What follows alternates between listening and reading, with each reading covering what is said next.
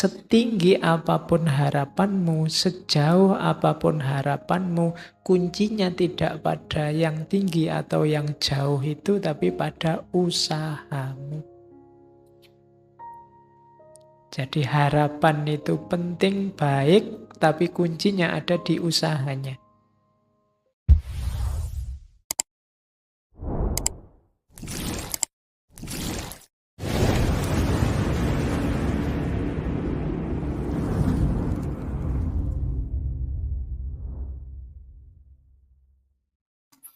Assalamualaikum warahmatullahi wabarakatuh.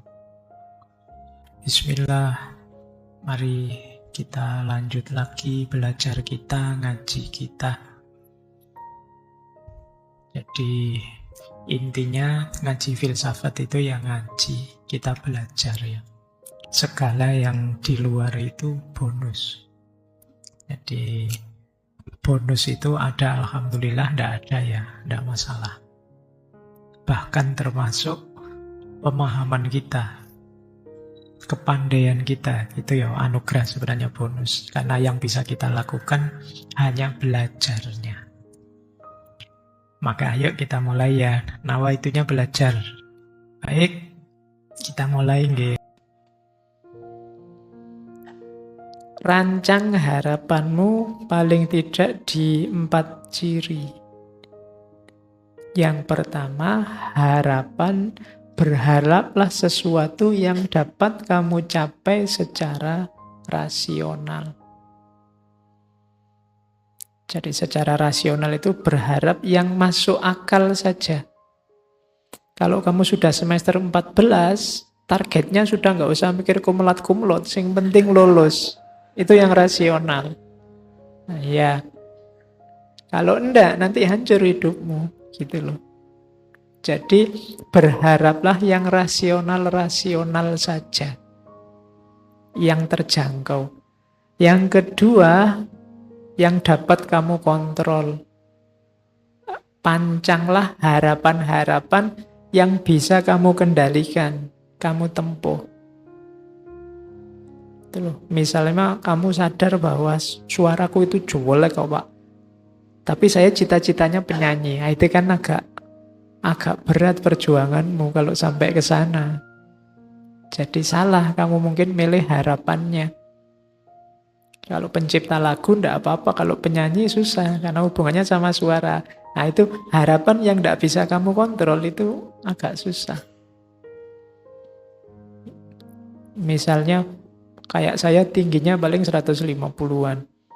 Saya ingin cita-citanya jadi foto model yang tingginya minimal 180. Itu kan nggak masuk. Jadi yang bisa kamu kontrol. Jangan berharap yang nggak bisa kamu kontrol, karena kalau tidak, harapan akan membunuhmu. Terus, berharaplah yang menurutmu penting. Kalau ini ya benar bunuh diri, kalau kamu nggak penting kok kamu harapkan. Ya, wong kamu ndak minat, kok kamu masuk ke situ. Nah, itu agak bunuh diri. Jadi berharaplah hal-hal yang penting-penting saja. Yang cocok sama passionmu. Jangan berharap yang bukan dirimu. Karena kamu akan kesulitan mewujudkannya dan akibatnya kamu kecewa. Yang penting menurutmu apa? Bukan yang penting menurut orang lain. Karena kalau tidak nanti kamu kesulitan mewujudkannya. Setiap orang punya gaya dan model sendiri-sendiri. Yang keempat, ini juga penting. Kalau tadi kan penting menurutmu. Berharaplah sesuatu yang bisa diterima oleh masyarakatmu dan cocok dengan nilai-nilai yang ada di tengah masyarakat, nilai-nilai moralnya. Ini menentukan juga, karena kalau targetmu ternyata tidak cocok dengan masyarakatmu, kamu bisa kesulitan juga. Nanti harapanmu bisa membunuhmu. Ya macam-macam tidak cocok itu. Mungkin tidak cocok sama kultur sana, mungkin tidak cocok sama nilai-nilai yang ada di sana. Ya contohnya gampang lah, misalnya yang cocok sama masyarakat di kos-kosanmu, misalnya masyarakat sana menghendaki kamu kalau apel paling malam sampai jam 10 misalnya. Ah itu ya kamu jangan berharap lebih. Saya ingin ijtihad berlawanan dengan masyarakat, pokoknya apel itu ya paling tidak jam 12 lah, jam 10 belum dapat apa-apa. Misalnya, oh itu kamu akan kesulitan benar. Mungkin kamu punya argumen, punya dasar, punya dalil. Lo gimana Pak, saya sholat isya-nya sekarang selesainya paling jam 8. Nanti kos saya sama tempat apelnya jauh, bisa sampai jam 9. Kalau jam 10 harus pulang, ya belum ngapa-ngapain kita, baru say hello misalnya. Nah itu kan argumenmu, tapi masyarakatmu tidak bisa. Kamu kasih argumen itu, mereka punya tata nilai sendiri. Nah, harapanmu kalau tabrakan dengan maunya masyarakat, kamu akan susah juga. Hasilnya kesengsaraan juga. Maka rancanglah harapanmu di 4 ciri ini. Rasional, bisa kamu kontrol. Yang penting-penting ini juga menurut saya harus digarisbawahi. Tidak harus segala hal kamu patok harapan. Yang tidak penting-penting tidak masalah. Ada kan hal-hal kecil yang tidak tercapai juga tidak masalah, tidak apa-apa. Wong itu tidak penting meskipun kamu berharap. Kayak kamu main game HP itu kan asik. Kamu berharap menang, tapi kok ya kalah terus ya tidak apa-apa. Wong cuma game aja loh. Kenapa tidak penting? Kamu tidak harus sedih, nggak harus marah, nggak harus nendang-nendang pintu karena kalah game. Oh tidak apa-apa, wong cuma permainan. Itu namanya kamu ngerti prioritas. Mana yang penting, mana tidak penting. Ya semuanya kamu harapkan. Misalnya teh ini. Ini kan kamu berharap teh ini segarnya luar biasa. Begitu diminum misalnya.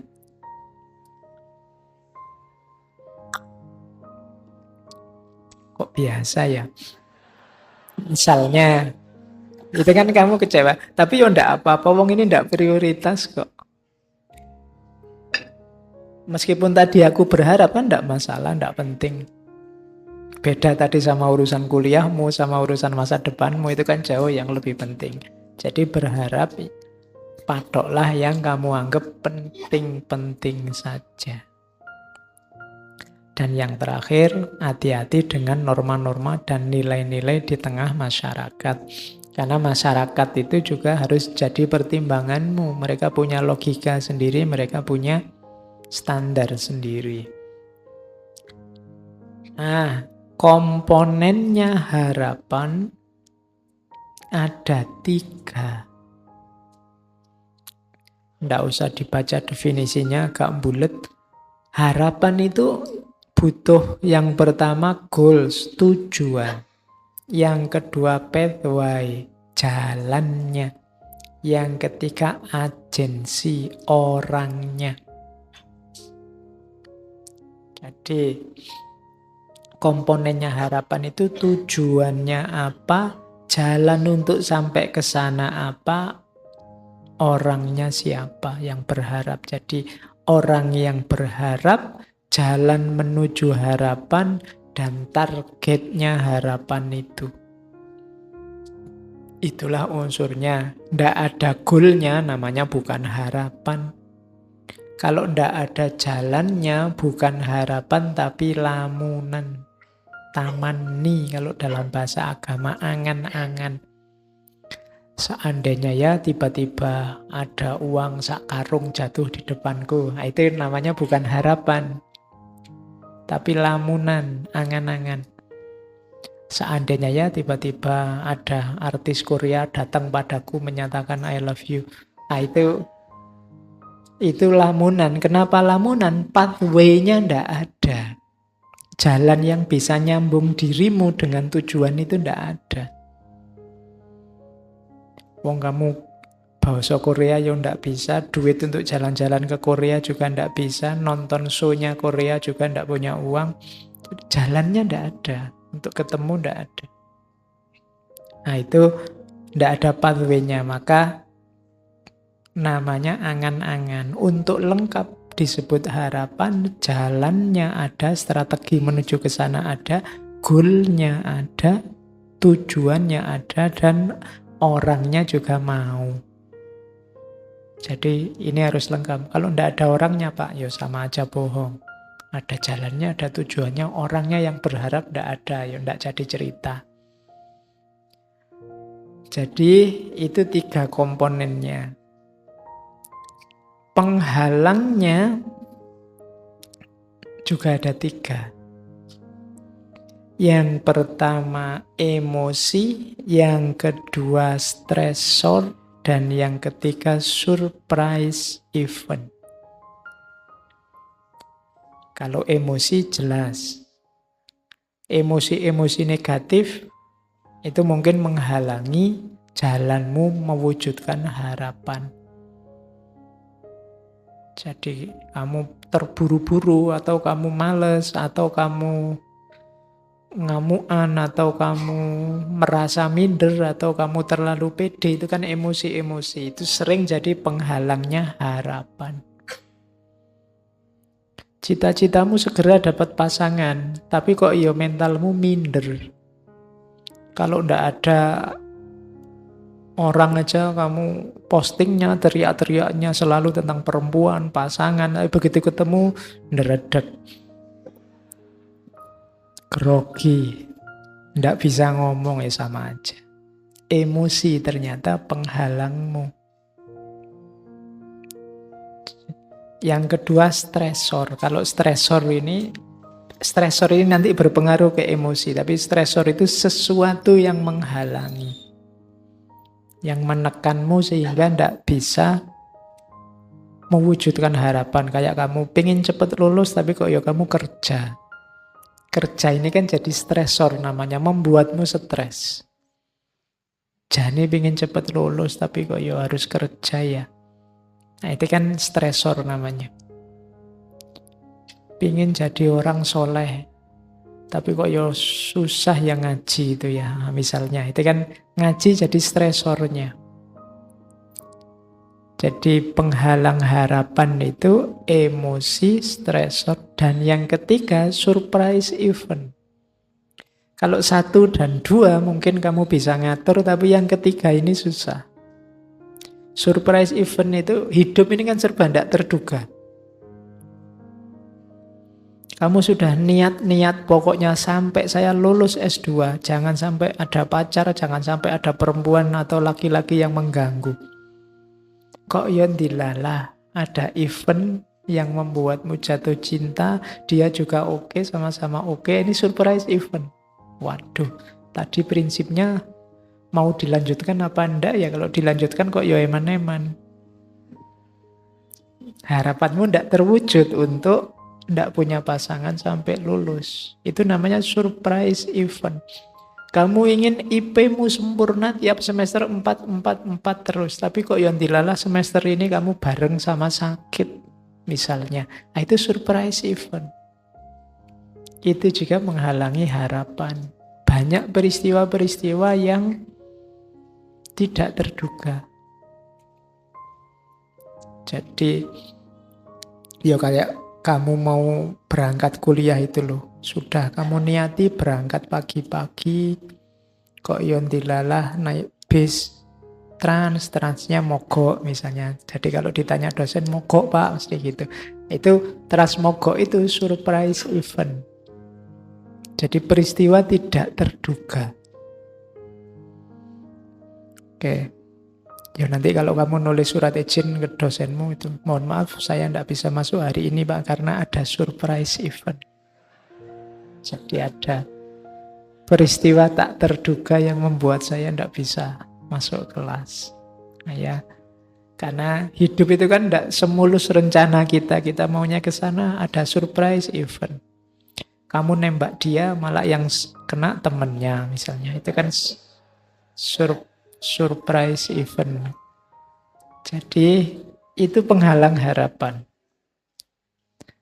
Kayak kamu dulu mungkin zaman SMA terus mau kuliah, kamu membayangkan, wah besok kalau saya di Jogja mau jadi mahasiswa yang soleh, tiap hari ke masjid, nanti apalan ini, tahajud, rajin ngaji. Begitu jadi mahasiswa, lupa semua. Kenapa? Banyak surprise event, Pak. Jadi banyak peristiwa tak terduga yang semakin jauh dari cita-cita. Oke. Ya sama kan, saya sering mengilustrasikan kamu waktu kecil dulu, waktu ditanya cita-citanya apa, jadi dokter, jadi pilot, jadi guru gitu kan. Lurus, tapi bukan peristiwa macam-macam. Banyak surprise event, sekarang kamu tidak bisa jawab lagi kamu ingin jadi apa. Ya, masa tetap ingin jadi dokter, wong yo kuliah di Usuluddin misalnya. Kan tidak bisa, kenapa? Peristiwanya sudah ganti. Ya, masa Usuluddin dokter, dukun mungkin bisa. Terus.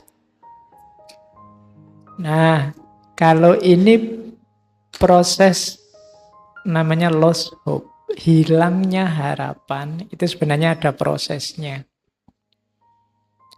Ketika harapanmu masih penuh, itu masih motivated, masih full. Terus muncul halangan, muncul hambatan-hambatan dari emosimu, dari stresor, dari surprise event, sampai kamu sadar, wah susah aku mewujudkan harapan ini.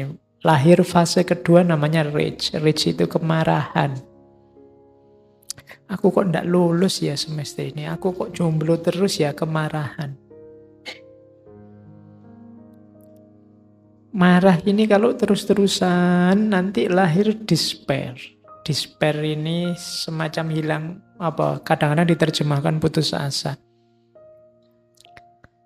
Jadi ini sebenarnya bukan kok tujuannya tidak tercapai, tapi agennya sudah menyerah. Bukan berarti dia tidak percaya sama tujuannya, dia tidak percaya sama dirinya, itu namanya despair. Jadi yang pertama hope, turun sedikit jadi rage, turun lagi jadi despair. Orang biasanya frustasi itu despair. Kok tidak kena-kena ya tujuannya, lama-lama dia tidak yakin kalau dia bisa. Sudahlah, tidak mungkin aku lulus misalnya, itu despair. Nah, despair itu bisa nyampe lebih bawah, namanya apati. Kalau apati itu tujuannya juga sudah hilang dan dia tidak yakin tujuan itu tujuan yang bisa dicapai. Itu namanya apati. Tidak mungkin ada orang yang bisa lulus. Nah, itu namanya apati. Jadi kalau apati itu dia sudah tidak percaya sama tujuannya, tidak percaya sama dirinya. Itu namanya sudah apatis. Tidak mungkin lah Pak, saya bisa jadi orang soleh, jadi orang alim, wong saya koyong ini misalnya. Itu sudah apatis. Tapi kalau despair itu, saya ingin sebenarnya Pak jadi orang soleh, tapi apa mungkin saya bisa? Itu despair. Kalau rage itu, saya ingin jadi orang soleh, tapi kok sulitnya, banyak sekali halangannya Pak. Itu rage, mengeluh. Yang paling atas, motivated itu, saya pasti bisa jadi orang soleh. Sekarang sih belum Pak, kira-kira 20 tahun lagi lah Pak. Nah, itu motivated namanya. Tidak apa-apa jauh, tapi kan masih semangat. Nah, jadi itu proses dari berharap sampai apatis, sampai putus asa. Kalau di agama kan bahkan sampai level despair aja jangan, putus asa saja jangan. Putus asa itu kan kamu tidak percaya bahwa dirimu bisa mencapai tujuan itu. Kalau apatis dia sudah skeptis sama tujuannya, mungkin tujuan semacam itu sudah apatis. Jadi agama bahkan yang paling bawah aja, yang nomor 3 itu saja sudah jangan.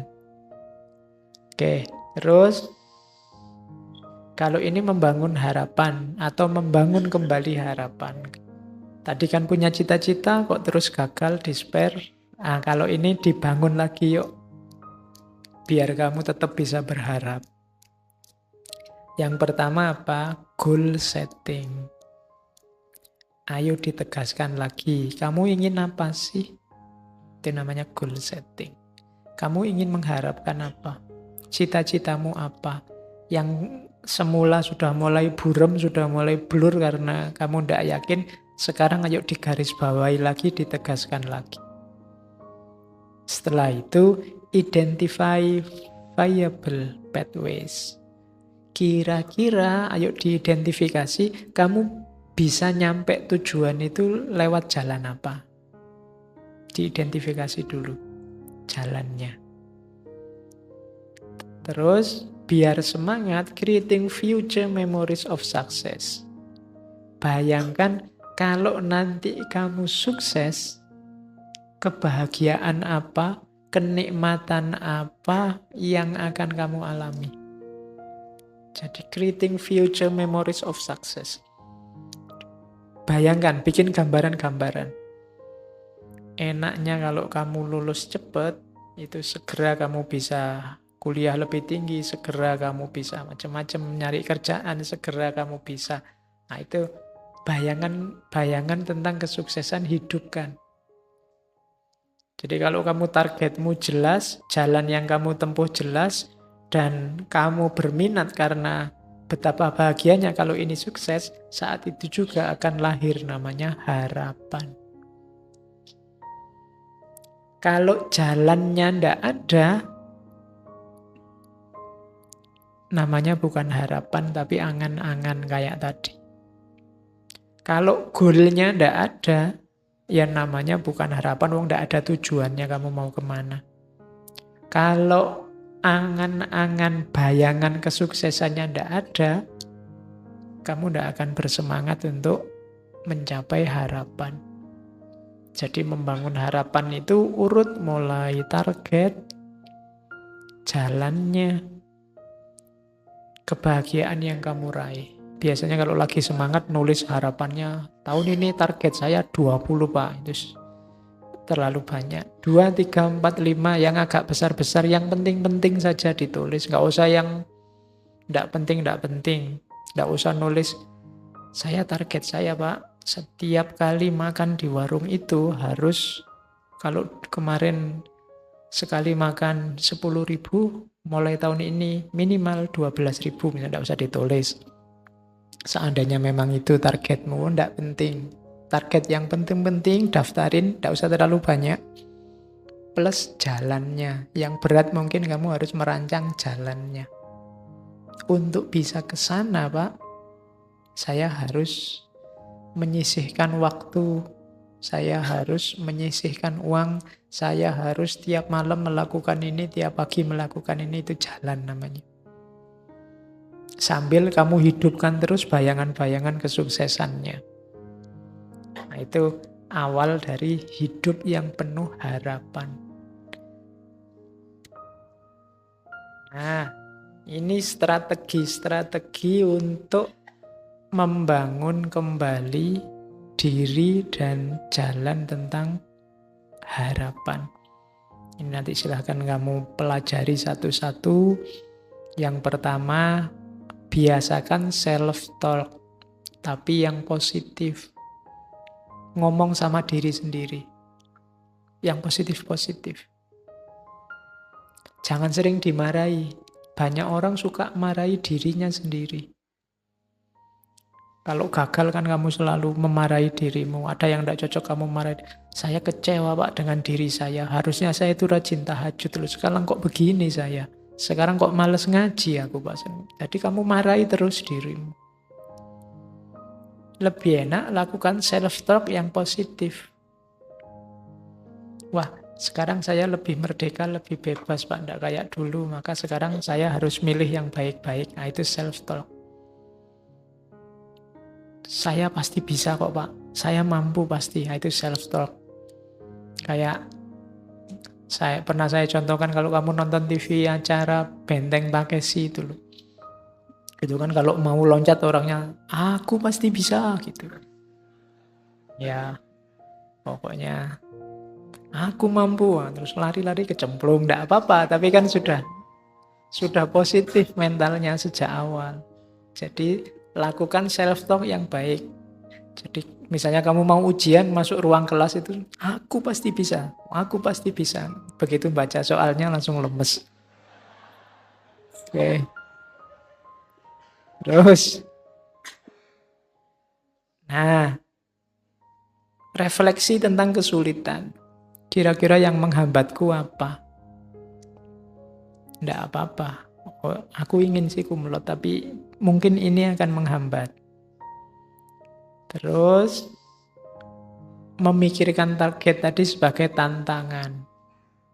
Jadi, kamu punya harapan kan? Jadikan harapan itu tantangan. Orang itu kan kalau ditantang biasanya lebih gairah, lebih ganas. Jadi, jadikan harapanmu adalah tantangan dalam hidupmu. Terus, pikirkan kembali kesuksesan masa lampau. Bayangkan dulu kamu sukses kan seneng. Besok ketika kamu sukses, pasti seneng bahkan double. Dulu kamu lulus SMA senengnya seperti apa sampai kamu nyoret-nyoret baju. Kamu lulus S1 lebih seneng dari itu pasti. Besok lulus S2 lebih senengnya lebih tinggi lagi apalagi S3. Nah, itu kan membayangkan kesenangan ini akan memotivasimu. Terus coba dengarkan cerita, baca cerita tentang orang-orang sukses. Berteman dengan orang-orang yang bisa share tentang tujuanmu tadi. Itu akan membantu. Cari role model yang bisa ditiru. Kalau cita-citamu jadi dokter, ya cari dokter yang bisa ditiru. Kalau mau jadi dukun, ya dukun yang bisa kamu tiru. Kalau jadi yang bisa diimitasi.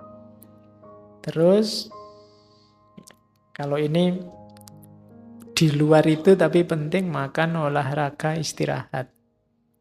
Karena kamu butuh tenaga. Kalau ini tidak usah dipikir, dijalani saja.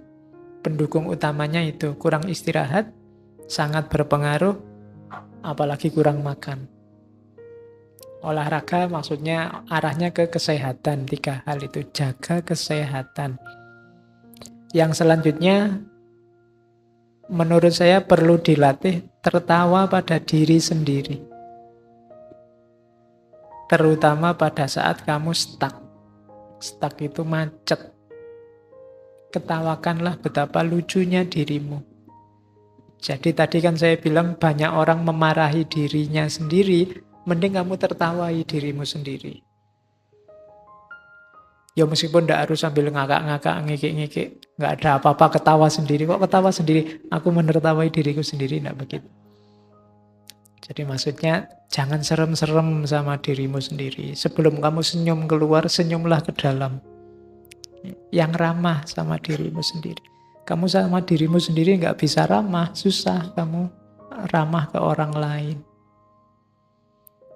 Jadi latihan tersenyum sama dirinya sendiri. Cepat-cepat kembali ke khitoh, kembali ke orientasi kalau stuck. Kadang-kadang orang itu kan banyak peristiwa yang membuat kita nyeleweng dari jalur, ya cepat-cepat kembali. Tidak apa-apa kamu memberi hadiah pada dirimu sendiri. Untuk sub-sub tujuan, misalnya saya ingin besok kumlot, semester ini bisa IP 4. Wah ini syukuran ini, ngasih hadiah. Kalau kemarin di angkringan cuma 1 bungkus, sekarang tak kasih hadiah 2 bungkus. Nah, itu namanya ngasih hadiah diri sendiri. Oke, enggak apa-apa, sering-sering main gitu. Ngasih reward and punishment dirinya sendiri. Terus, mendidik diri untuk keterampilan-keterampilan yang dibutuhkan, itu pasti. Ini tips-tips untuk menghidupkan agensi, menghidupkan dirimu dan jalanmu menuju cita-cita. Terus, yang mempengaruhi harapan itu jelas, dukungan sosial, religiositas, kontrol. Kalau masyarakat sekeliling mendukung harapanmu, cita-citamu lebih mudah. Orang tua, saudara, guru, dosen itu bisa mendukung, bisa kamu manfaatkan untuk mewujudkan harapan. Yang kedua, religiositas. Ini juga bisa mempengaruhi, bisa mendukung. Kepercayaanmu pada Tuhan itu kan mendukung mungkin kamu agak merasa kurang mampu, tapi dengan Allah bisa menolong, ada Tuhan yang bisa membantu. Itu kan bisa mempengaruhi harapan. Kalau orang yang tidak kenal Tuhan atau tidak percaya Tuhan, apa-apa kan disandarkan dirinya. Sementara manusianya terbatas, banyak kekurangan. Nah itu lebih susah. Tapi karena kita punya Tuhan, lebih mudah. Kemudian kontrol, kemampuan kita mengontrol harapan. Itu juga mempengaruhi harapan kita. Ada batasnya harapan itu ya. Kamu sadari apa tidak? Harapanmu dibatasi oleh pengetahuanmu, pengalamanmu, lingkungan hidupmu, dan kemampuanmu. Itu pasti. Kenapa kamu mengharapkan itu? Ya karena itu yang kamu tahu, itu yang kamu bisa, itu yang pernah kamu alami. Kamu sadari atau tidak? Itulah batasnya harapan sebenarnya. Yang kedua, batasnya harapan itu usahamu. Maksudnya usaha itu apa? Setinggi apapun harapanmu, sejauh apapun harapanmu, kuncinya tidak pada yang tinggi atau yang jauh itu, tapi pada usahamu. Jadi harapan itu penting, baik, tapi kuncinya ada di usahanya. Yang ketiga, kepercayaanmu pada dirimu sendiri, pada masyarakatmu, pada Tuhan. Itulah batas harapanmu. Jadi kalau ada yang tanya, apa Pak batasnya harapan itu? Ya pengetahuan, pengalaman, lingkungan, kemampuan, usaha, dan kepercayaan. Inilah yang membatasi, yang jadi pagernya harapan kita.